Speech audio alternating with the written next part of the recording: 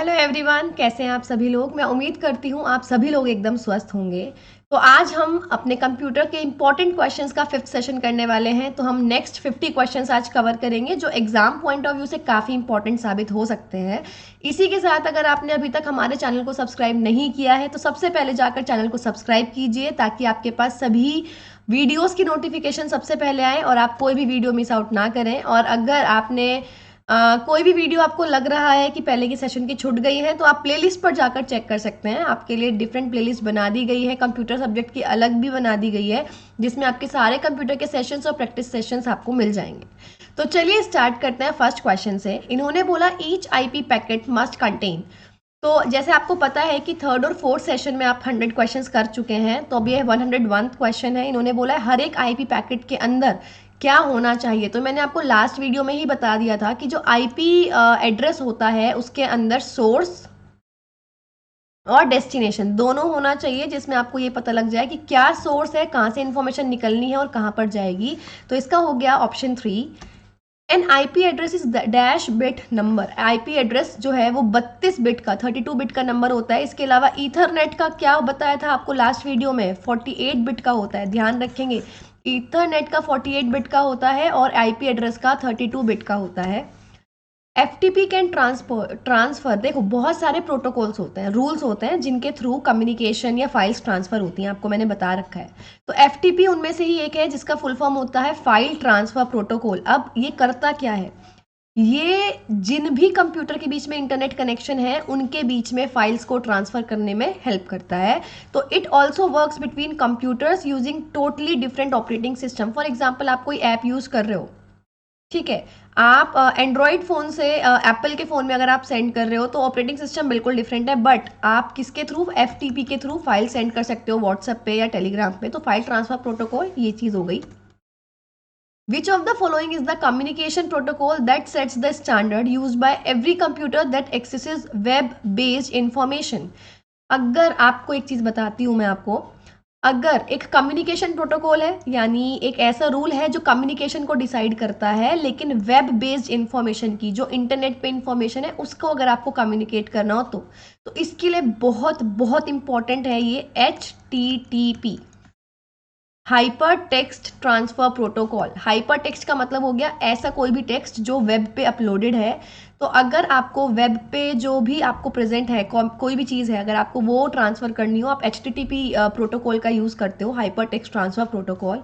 ये डिफाइन करता है कि जो मैसेजेस हैं वो कैसे फॉर्मेट होंगे, दिखाई कैसे देंगे, कैसे ट्रांसमिट होंगे और क्या एक्शन कोई भी लेगा। जैसे ही हम क्या करते हैं, हम किसी भी वेब ब्राउज़र पे कुछ भी कमांड देते हैं तो कैसा आपको इंटरफेस दिखाई देगा, वो सब कुछ HTTP ही डिसाइड करता है। इसी के साथ आपको मैं एक और बात बता दूं, HTTP के अंदर अगर आपको जो भी टेक्स्ट है आपको उसको वेब पे अपलोड करना है, इंटरनेट पे अपलोड करना है, तो जो भी आपको टेक्स्ट आपके पास है आप उसको कन्वर्ट कर दोगे HTML में, हाइपर टेक्स्ट मार्कअप लैंग्वेज में। हाइपर टेक्स्ट मार्कअप लैंग्वेज में कन्वर्ट करते ही HTTP के रूल्स के अकॉर्डिंग वो क्या हो जाएगा, वेब पे अपलोड हो जाएगा और आप ट्रांसफर भी कर सकते हो।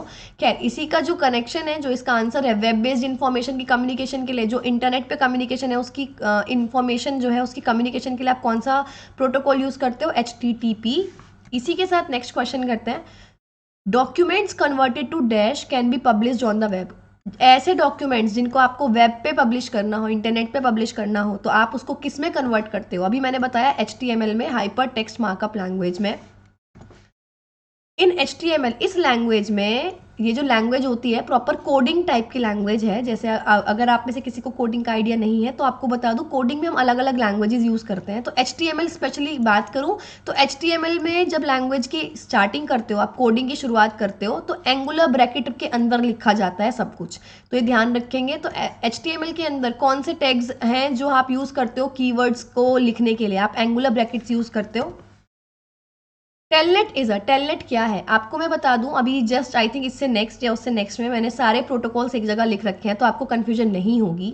बहुत सारे रूल्स होते हैं, बहुत सारे प्रोटोकॉल्स होते हैं जो कि कोई भी कंप्यूटर का नेटवर्क या कंप्यूटर फॉलो करता है। तो टेलनेट उन्हीं में से एक प्रोटोकॉल है, एक रूल है। टेलनेट का क्या है, ये एक ऐसा प्रोग्राम है जो कंप्यूटर पे चलेगा और ये क्या करता है, ये पीसी को किसी भी सर्वर से कनेक्ट कर देगा, किसी भी इंटरनेट के सर्वर से कनेक्ट कर देगा, जिसको आप टेलनेट बोलते हो। पहले इसमें आपको यूज़र नेम और पासवर्ड डालना पड़ेगा। तो ये होता है टेलनेट। टेलनेट क्या हो गया? एक प्रोटोकॉल है। The dash service allows a group of internet users to exchange their views on some common topic. अगर बहुत सारे इंटरनेट यूजर्स हैं, उन्हें किसी एक टॉपिक पे अपने व्यूज देने हैं, तो आप क्या करोगे? आप इंटरनेट को इस तरीके से याद रखो कि अगर आपको एक ही टॉपिक पे कुछ व्यूज देने हैं, तो आप क्या करोगे? आप इंटरनेट को यूज करते हो, राइट?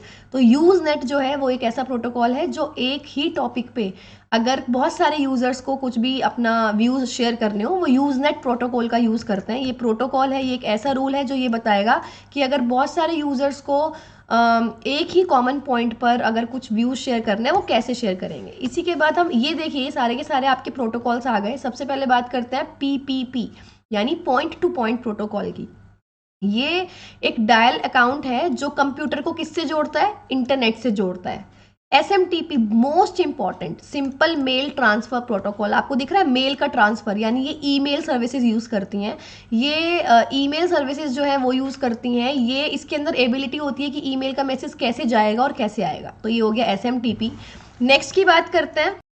नेक्स्ट हो गया यूजनेट प्रोटोकॉल। इट अलाउज, जैसे मैंने अभी आपको बताया कि अगर किसी को भी अपने व्यूज एक्सचेंज करने हैं एक कॉमन टॉपिक पे, तो आप यूजनेट प्रोटोकॉल का इस्तेमाल करते हो।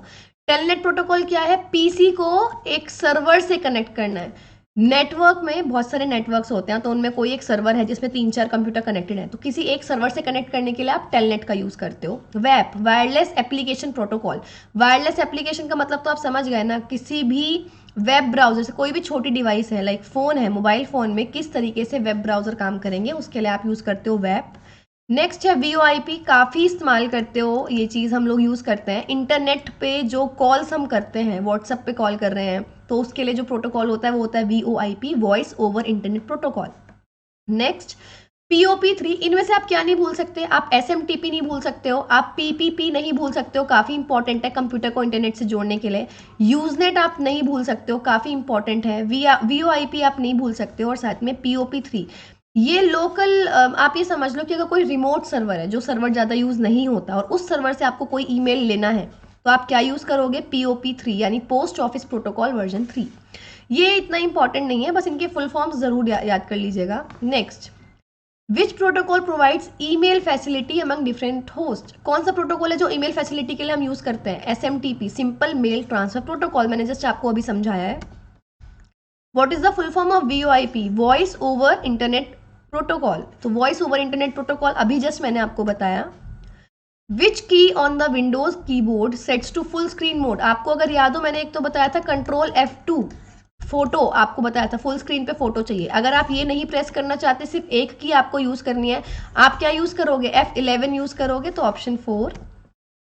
इन a web browser which of the following is use to save frequently visited websites. जिन वेबसाइट्स पे आप ज़्यादातर जाते हो, तो आप उनको कैसे सेव कर सकते हो? आप उनको फेवरेट्स में डाल दो। फेवरेट्स में डालते क्या होगा? आपको वो वेबसाइट्स ऊपर ही दिख जाएंगी, आप उन पर डायरेक्टली क्लिक करोगे और वही वेबसाइट खुल जाएगी।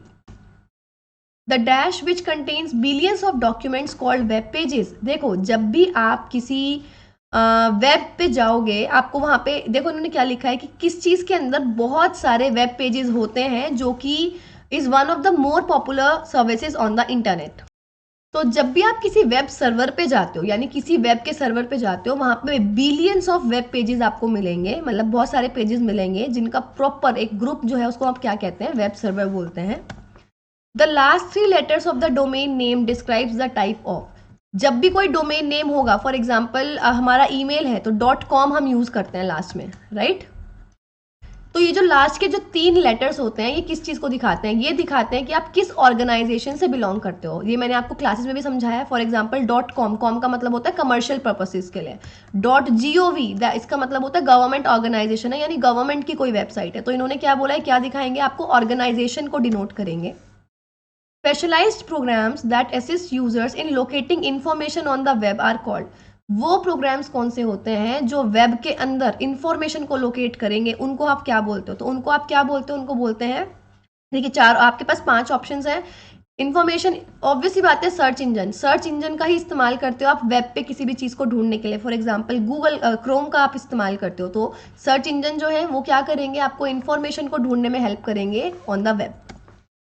A dash is a term used when a search engine returns a web page that matches the search criteria। यानी आप कौन सी टर्म यूज करते हो जब आपने जो टाइप किया है वही खुल के आ जाए, यानी जो आप टाइप कर रहे हो, जो आपको ढूंढना है वही एग्जैक्टली आपको मिल जाए, तो आप कौन सी टर्म यूज करते हो। We use the term hit. Hit का मतलब होता है कि हाँ ठीक है, जो हमने टाइप किया वही चीज सर्च में आपकी हो गई है।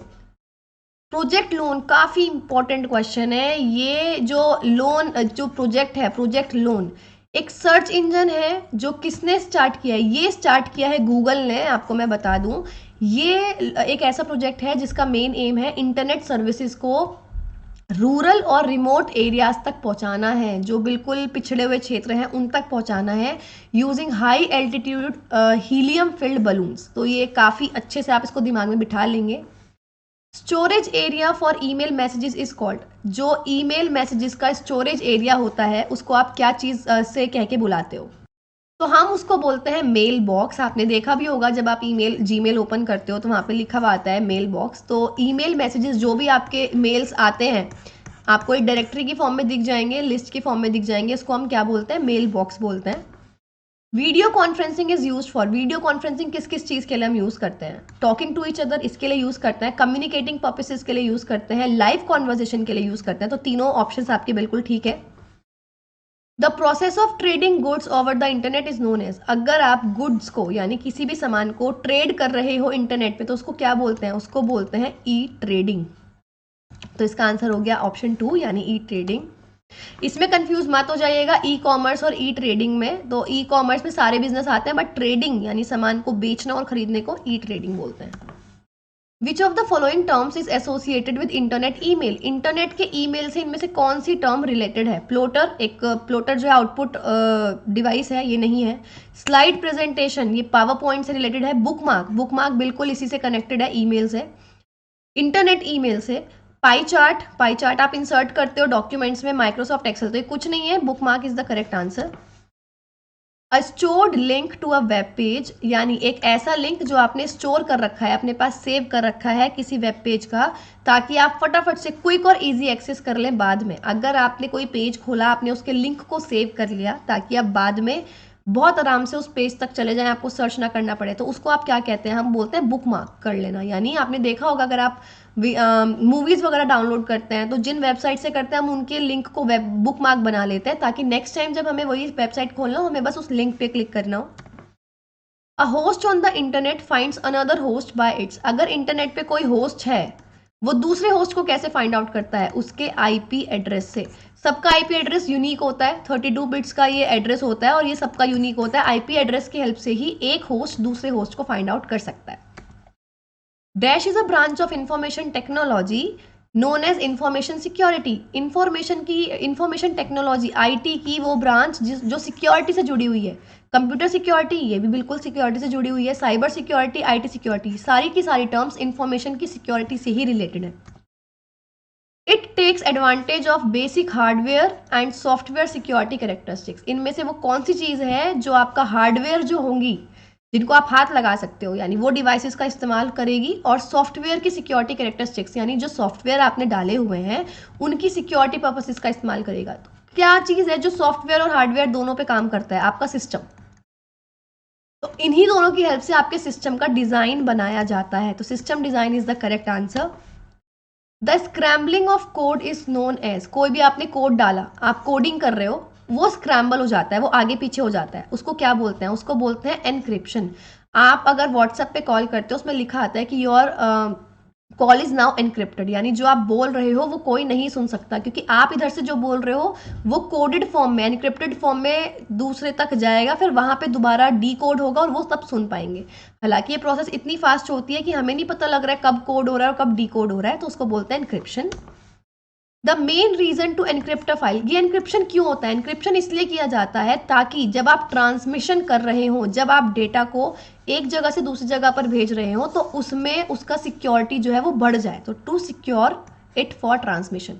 साइज को रिड्यूस करने के लिए नहीं करते, बैकअप के लिए नहीं करते और स्टार्टअप सीक्वेंस के लिए भी नहीं करते। मेन चीज़ है उसको जब ट्रांसमिशन कर रहे हो, एक जगह से दूसरी जगह तक पहुंचा रहे हो, तो उसको सिक्योर करने के लिए, ताकि कोई और उसका मिसयूज ना कर सके। Cracked softwares are another source of, अगर सॉफ्टवेयर में कुछ भी प्रॉब्लम है तो वो किस चीज़ का सोर्स होता है, वो होता है वायरस अटैक का। वायरस का सबसे पहले अटैक होगा अगर कोई भी सॉफ्टवेयर में हल्का सा भी कोई प्रॉब्लम होगा तो ये होगा वायरस अटैक का। अ कंप्यूटर वायरस इज, जो कंप्यूटर में वायरस होता है, इट इज़ डेलिबरेटली क्रिएटेड, यानी जानबूझकर बनाया जाता है, बिल्कुल ठीक है ये। क्रिएटेड एक्सीडेंटली, एक्सीडेंटली तो नहीं बनाते हैं। Produced as a result of some program error, किसी प्रोग्राम में अगर एरर आ गया तब बनता है, जी नहीं, वायरसेस हमेशा डेलिबरेटली बनाए जाते हैं कुछ भी मिसयूज करने के लिए। If your computer rebooting itself, अगर कंप्यूटर बार बार रीस्टार्ट हो रहा है, ऑन ऑफ हो रहा है, तो इसका मतलब क्या है? इसका मतलब डेफिनेटली उसके अंदर वायरस है, इट हैज अ वायरस। तो इसका आंसर ये सही है। The first PC virus was developed in, सबसे पहला वायरस जो है वो कब बनाया गया था? सबसे पहला जो वायरस है वो आपको देखने को मिला था 1986 में। तो 1986 में सबसे पहला वायरस जो था वो तब डेवलप किया गया था। Which was the first PC boot sector virus, सबसे पहला सेक्टर वायरस कौन सा था जो बार बार पीसी को बूट कर रहा था? उसका नाम था बॉम्ब, ध्यान रखेंगे। The first computer virus is, सबसे पहला कंप्यूटर वायरस कौन सा था? Creeper. The dash of a threat measures it's potential impact on a system, किसी भी थ्रेट की, किसी भी धमकी की या किसी भी खतरे की क्या चीज ये डिसाइड करती है कि उसका सिस्टम पे क्या फर्क पड़ेगा? डिग्री ऑफ हार्म, यानी वो कितने डिग्री तक हार्म पहुंचा सकता है। ये चीज से आप कैलकुलेट कर सकते हो कि देखो हर एक की ना, जो भी कोई थ्रेट है, चाहे वो वायरस है या कोई भी अटैक अगर हो रहा है, तो हर एक की ना डिग्री होती है, वो आप कैलकुलेट करते हो। उस कैलकुलेशन से आप पता लगा सकते हो कि सिस्टम पे क्या फर्क पड़ेगा। तो इसका आंसर हो गया degree of A harm. A worm can automatically move in network, can only be transferred with human intervention. Worms are harmless and option 4 is none of the above. तो मैं आपको बता दूं कि जो वर्म होता है वो नेटवर्क में अपने आप मूव करता है। तो a worm can automatically move in network, कोई भी नेटवर्क है, आप एक नेटवर्क से दूसरे नेटवर्क में गए, वर्म अपने आप मूव करता है। A computer virus normally attaches itself to another computer program known as a, कोई भी कंप्यूटर का वायरस है वो अपने आप को एक दूसरे प्रोग्राम के साथ जोड़कर रखता है, और जब आप उस पर क्लिक करोगे तभी वायरस एक्टिवेट होता है। तो उस कंप्यूटर प्रोग्राम को क्या बोलते हैं? उसको बोलते हैं होस्ट प्रोग्राम। ये बिल्कुल बायोलॉजी के जैसा है, जिससे वायरसेस होते हैं वो होस्ट सेल के साथ रहते हैं, तो होस्ट प्रोग्राम उसको बोला जाता है। Viruses that fool a user into downloading और executing them by pretending to be useful applications, वो वायरसेस जो क्या करते हैं, जो सामने वाले को यानी यूजर को बेवकूफ बनाते हैं, उनको कोई भी यहाँ पर दिखाएंगे कि कोई बहुत इंपॉर्टेंट एप्लीकेशन है, आप उस पर क्लिक करोगे, उसको डाउनलोड करोगे और डाउनलोड करते ही वो वायरस आपके कंप्यूटर में आ जाएगा। तो ऐसे को क्या बोलते हैं? इनको बोलते हैं ट्रोजन हॉर्सेस। इसको कैसे याद रखोगे कि वो दिखने में तो हॉर्स है, पर जब आप रियल में क्लिक करोगे तो ट्रोजन आप समझ सकते हो कि कोई भी किसी और कोई भी जानवर मान लो। तो ट्रोजन हॉर्सेस जो है इसका करेक्ट आंसर है। A dash is a small program embedded inside of a GIF image. GIF image के अंदर छोटा सा प्रोग्राम होता है जो डाल के रखते हैं, उसको क्या बोलते हैं? उसको बोलते हैं स्पाईवेयर एप्लीकेशन। ये नज़र रखने के लिए यूज़ किया जाता है कि आप कहाँ चला रहे हो, क्या चीज़ चला रहे हो। तो GIFs भी इतनी सेफ नहीं है, मैं आपको बता दूँ। Hackers often gain entry to a system to a network by pretending to be at a as a legitimate computer. जो हैकर्स होते हैं वो किसी भी सिस्टम में एंट्री लेने की, किसी भी नेटवर्क में एंट्री लेने की कोशिश करते हैं। कोई नेटवर्क है जिसमें बहुत सारे कंप्यूटर्स कनेक्टेड हैं, तो हैकर आने की कोशिश करेगा इसके अंदर, लेकिन वो ये प्रिटेंड करेगा, मान लीजिए कोई हैकर है ए, ठीक है, यहाँ पे ये सारे हैं BCDEF, ये एक दूसरे को कैसे रिकॉग्नाइज करते हैं? इनके IP एड्रेस से। तो ए को अगर इस नेटवर्क में घुसना है, वो क्या कोशिश करेगा कि वो किसी के भी IP एड्रेस को बिल्कुल सेम रेप्लिकेट करने की, वो इन सबको दिखाने की कोशिश करेगा कि जो इसका IP एड्रेस है वो इन्हीं में से किसी एक के जैसा है। तो अगर हैकर्स जो एंट्री लेते हैं उसको बोलते हैं IP spoofing. What is a person called who uses a computer to cause harm to people or destroy critical systems? हम ऐसे इंसान को क्या बोलते हैं जो कंप्यूटर का यूज करता है इंपॉर्टेंट क्रिटिकल सिस्टम को डिस्ट्रॉय करने के लिए, लोगों को डिस्ट्रॉय करने के लिए? तो उनको बोला जाता है साइबर क्रैकर। साइबर क्रैकर वो होते हैं जो कंप्यूटर की हेल्प से दूसरे लोगों को नुकसान पहुंचाने की कोशिश करते हैं। Dash is a type of electronic spam ware unsolicited messages are send by email. Email जो मैसेजेस भेजेगा जो अनसॉलिसिटेड है, यानी उनके अकॉर्डिंग मोरली करेक्ट नहीं है, या आप कह सकते हो इलीगल है, उनको वो कहाँ भेजता है? तो वो भेजता है स्पैम मेल में। यहाँ पे वैसे ही आ रहा है इलेक्ट्रॉनिक स्पैम, कहाँ भेजेगा? स्पैम मेल में भेजेगा। It is a tool kit for hiding the fact that, एक ऐसी टूल किट है जो ये फैक्ट को छुपाती है, computer security has been compromised in a general description of set of programs which work to subvert. देखिए, आपके फोन में, आपके कंप्यूटर में एक टूल किट होती है जो अगर थोड़ा बहुत भी कंप्यूटर की सिक्योरिटी अगर कॉम्प्रोमाइज की है किसी भी सॉफ्टवेयर ने, तो वो उसको छुपा देगी कि ठीक है आपकी सिक्योरिटी के साथ कोई कॉम्प्रोमाइज नहीं हुआ, वो आपको ये दिखाएगी। तो इसको बोलते हैं root kit. A digital signature is an, जो डिजिटली हम सिग्नेचर करते हैं वो क्या होता है? वो एनक्रिप्टेड इन्फॉर्मेशन है, कोई भी उस चीज को कॉपी नहीं कर सकता है। Coded entries which are use to gain access to a computer system, हम कोई एंट्री करते हैं जिससे हम किसी भी कंप्यूटर सिस्टम में एंट्री ले सकते हैं, उसको क्या बोलते हैं? जब आप अपना लैपटॉप या कंप्यूटर ऑन करते हो उसमें पासवर्ड पूछा जाता है, तो वो क्या होते हैं? पासवर्ड। वो क्या है? कोडेड एंट्रीज हैं जिनके थ्रू आप कंप्यूटर सिस्टम में अपने एक्सेस ले रहे हो। The unauthorize real time interception, real time interception का मतलब जिस टाइम पे कुछ हो रहा है उसी टाइम पे आपने बीच में जाके इंटरसेप्ट कर दिया, बीच में इंटरफेयर कर दिया, लेकिन कोई प्राइवेट कम्युनिकेशन थी, जैसे फोन कॉल को छुपके से सुनना, उसको क्या बोलते हैं? ये तो इंग्लिश का ही वर्ड है, ईव्स ड्रॉपिंग। अगर आप किसी की कॉन्वर्सेशन को छुपके से सुन रहे हो तो इसका करेक्ट आंसर हो गया ऑप्शन 2, यानी eavesdropping. Vendor created program modifications, जिसने प्रोग्राम बनाया है अगर वो उस प्रोग्राम में मॉडिफिकेशंस डालता है तो उसको क्या बोलते हैं? उसको बोलते हैं पैचेस। जब भी कोई बग्स वगैरह आते हैं तो पैच क्रिएट होते हैं उनको करेक्ट करने के लिए, तो patches is the correct answer. Which of the following is a computers memory but unlike a virus it does not replicate itself. इन्होंने बोला इनमें से कौन सी एक कंप्यूटर की मेमोरी है लेकिन वायरस की तरह ये अपने आप को कॉपी नहीं करती? तो आपके पास जो इसका आंसर है वो है लॉजिक बॉम्ब। लॉजिक बॉम्ब क्या है? बेसिकली ये कंप्यूटर की मेमोरी ही होती है लेकिन ये अपने आप को कॉपी नहीं करती। They are also called slag code and does not replicate itself. मैंने आपको जस्ट अभी बताया क्या चीज़ अपने आप को रेप्लीकेट नहीं करती? जैसे वायरसेस है वो अपने आप को रेप्लीकेट करते हैं, तो वायरसेस तो रेप्लीकेट करते हैं, लॉजिक बॉम्ब अपने आप को रेप्लीकेट नहीं करता है। ये इसको स्लैग कोड भी बोलते हैं और ये कंप्यूटर की मेमोरी में होता है। ध्यान से इसको याद कर लेंगे, 3 पॉइंट्स हैं इसके बारे में।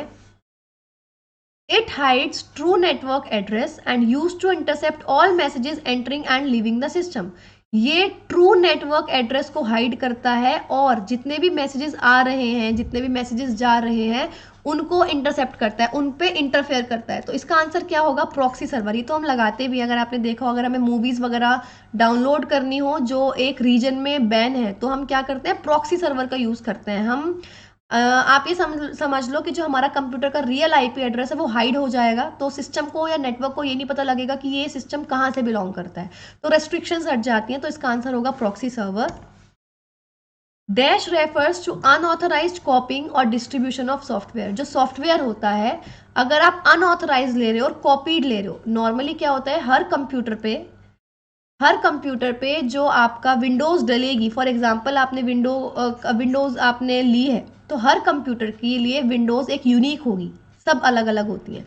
लेकिन अब आता है पायरेटेड सॉफ्टवेयर, उसमें क्या होगा कि हमने क्या करा है, जो विंडोज़ कर ली उसको कॉपी कर ली, वो अलाउड नहीं है, तो उसको हम बोलते हैं पायरेटेड सॉफ्टवेयर या सॉफ्टवेयर पायरेसी। इसमें क्या होगा? इलीगल कॉपी करते हैं हम और सॉफ्टवेयर को। जैसे आपने देखा होगा कि विंडोज़ उड़ जाती है, तो अगर आप बिल्कुल प्रॉपर जाकर डलवाओगे तो आपके काफ़ी रुपए लगते हैं अगर आप ओरिजिनल डलवाओगे, लेकिन वहीं आपने एक सीडी में या डिस्क में आपने कॉपी कर रखी है, आप वहाँ से डाल रहे हो तो वो वापस ख़राब हो जाती है क्योंकि आप वो किसी की कॉपीड डाल रहे हो अपने उसमें, तो उसको बोलते हैं सॉफ्टवेयर पायरेसी। तो गाइज ये थे आज के 50 क्वेश्चंस। आई रियली होप आपको इनमें से कुछ ना कुछ इंपॉर्टेंट क्वेश्चंस आपके एग्जाम में लगेंगे ही लगेंगे, तो इनको ध्यान से कर लीजिएगा।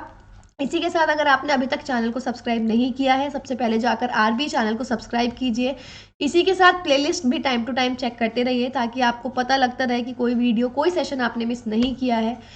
अगर आपने अभी तक टेलीग्राम चैनल @RB_ESCO पे आपने ज्वाइन नहीं किया है तो सबसे पहले आज जाकर ज्वाइन कीजिए, क्योंकि इसी पर सारी PDFs आपको टाइमली अवेलेबल करा दी जाती हैं।